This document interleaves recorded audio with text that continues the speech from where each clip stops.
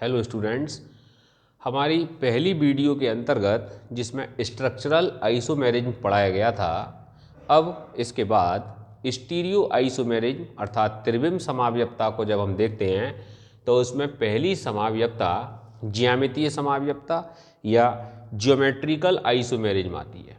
और geometrical isomerism किस तरीके से होती है, कौन से यौगिकों में होगी, किस तरीके के इसके अंतर्गत चीज़ें चाहिए या कौन कौन से प्रीकॉशंस होते हैं, उन सब को देखते हैं। इसमें सबसे पहले ज़रूरी चीज़ है कि कार्बन कार्बन के बीच डबल बॉन्ड होना चाहिए।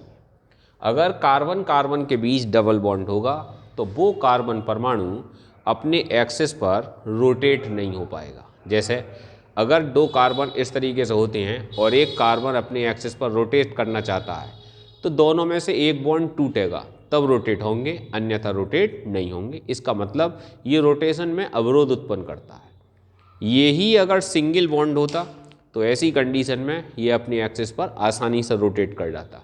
इससे इस ओर जुड़े हुए ग्रुप इस ओर भी आ सकते और इस ओर भी जा सकते। इसीलिए रेस्ट्रिक्शन जरूरी है। जब तक कार्बन कार्बन के बीच डबल बॉन्ड नहीं होगा, इस समावयवता या इस आइसोमेरिज्म के उत्पन्न होने की संभावना नहीं है।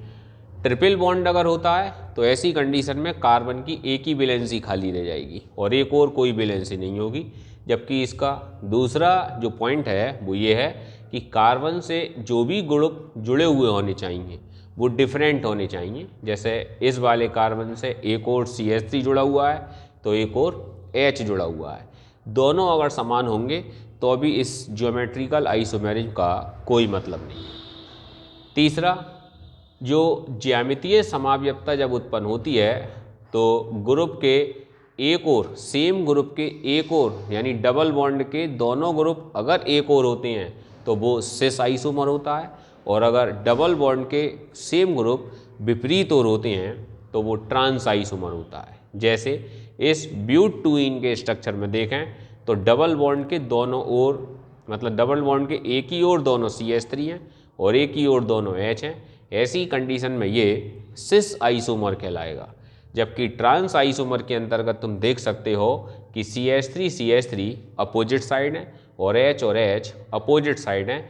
ऐसी कंडीशन में ये ब्यूट-2-ईन का ट्रांस आइसोमर कहलाएगा। डबल बॉन्ड होने के कारण ये कार्बन अपने एक्सिस पर घूम नहीं सकता, जिसके कारण जो CH3 इधर की ओर जुड़ा है वो इधर ही रहेगा और जो H इधर जुड़ा है वो इधर ही रहेगा। इसी प्रकार अगर हम मैलिक अम्ल का आइसोमर देखें, ज्योमेट्रिकल आइसोमर, तो मैलिक अम्ल में दोनों COH डबल बॉन्ड के एक ओर होते हैं जबकि दोनों H एक ओर। जबकि फ्यूमेरिक अम्ल के अंतर्गत दोनों COH अपोजिट साइड पहुंच जाती हैं और H अपोजिट साइड। इसका मतलब मैलिक अम्ल सिस फॉर्म है और फ्यूमेरिक अम्ल ट्रांस फॉर्म है। ये सिस फॉर्म और ये ट्रांस फॉर्म है।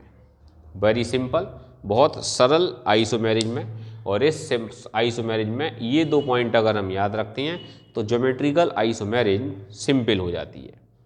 ज्योमेट्रिकल आइसोमेरिज्म के अंतर्गत एक EZ सिस्टम भी होता है। EZ सिस्टम ज्योमेट्री आइसोमेरिज्म में तब लागू होगा जब डबल बॉन्ड वाले कार्बन से जुड़े चारों जो ग्रुप हैं वो कोई भी सेम नहीं होगा। ये COH, ये OH और नीचे वाले कार्बन पर इनका कोई भी ग्रुप सेम नहीं है। एक CH3 है, एक H है। तो ऐसी कंडीशन में EZ सिस्टम से काम चलता है। और EZ सिस्टम के अकॉर्डिंग जो रूल हैं उन रूल को थोड़ा सा हमें सुनना समझना पड़ेगा। वो रूल पहला क्या है कि दोनों ओर कार्बन से जुड़े ग्रुप को हमें एक वरीयता अर्थात उनका स्टैंडर्ड लागू करना पड़ेगा। उनमें से एक का स्टैंडर्ड हाई होगा और एक का स्टैंडर्ड लो होगा। ऐसे ही नीचे वाले में भी एक का स्टैंडर्ड हाई होगा और एक का स्टैंडर्ड लो होगा। ये स्टैंडर्ड हाई और लो किस तरीके से निर्धारित करते हैं, इसके कन्फर्मेशन का तरीका क्या है?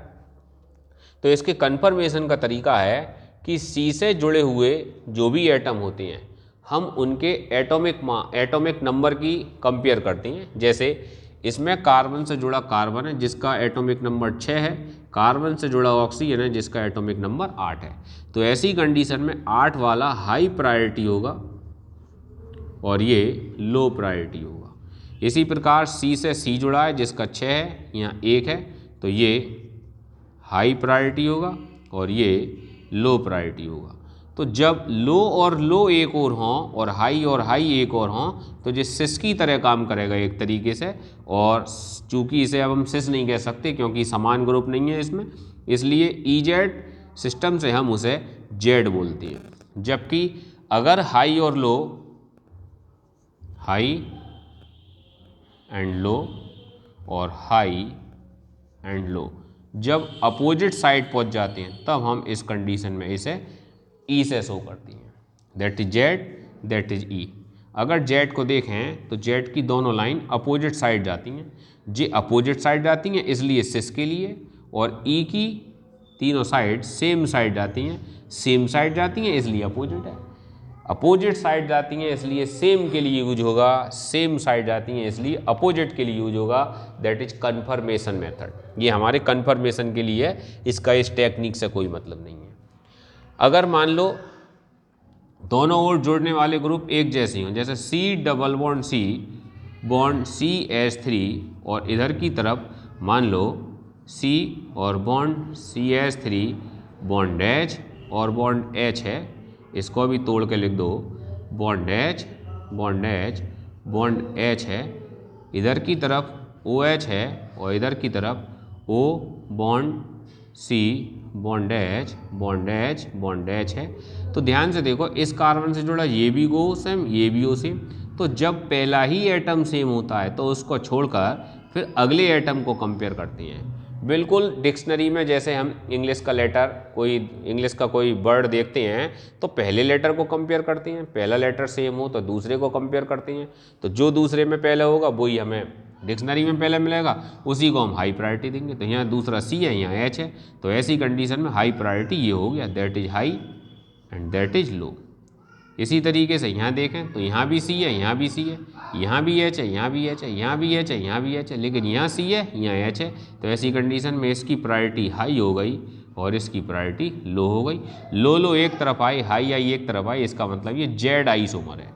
और अगर ये अपोजिट साइड हो जाते तो फिर ये ई आइसोमर होते। ये ज्यामितीय समावयवता का टॉपिक हमारा कंप्लीट हुआ। अगर इससे रिलेटेड किसी भी प्रकार की दिक्कत आती है तो कमेंट करके पूछा जा सकता है। वीडियो अगर अच्छी लगे तो लाइक, सब्सक्राइब और शेयर करना ना भूलें। Thank you.